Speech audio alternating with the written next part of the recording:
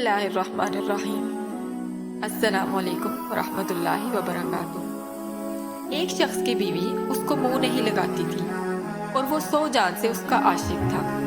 बीवी की तबीयत शोहर से नहीं मिलती थी, इसलिए वो तलाक लेना चाहती थी, मगर मर्द तलाक नहीं देता था।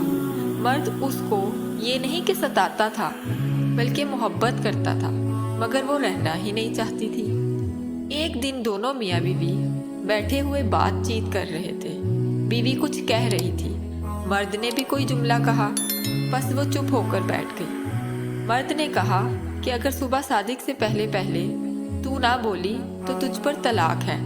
वो चुप हो गई और इरादा कर लिया कि मैं खामोश रहूंगी ताकि मैं इससे किसी तरह से पीछा छुड़ा लूं।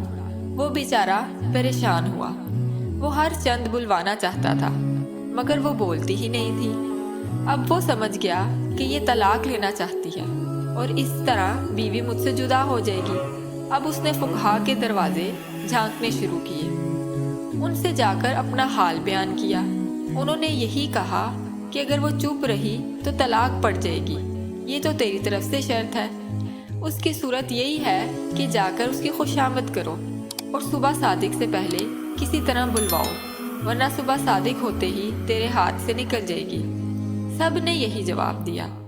फिर वो इमाम अबू हनीफा रहमतुल्लाह के पास पहुंचा। वो वहाँ का हाजिर बाश था, मुतफक्किर और परेशान बैठ गया। इमाम साहब ने फरमाया कि आज क्या बात है।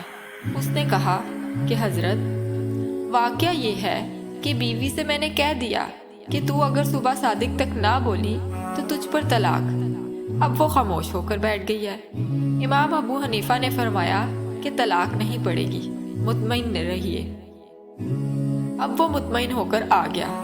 फुकहा ने इमाम साहब पर लान तान शुरू कर दिया कि अबू हनीफा हराम को हलाल बताना चाहते हैं।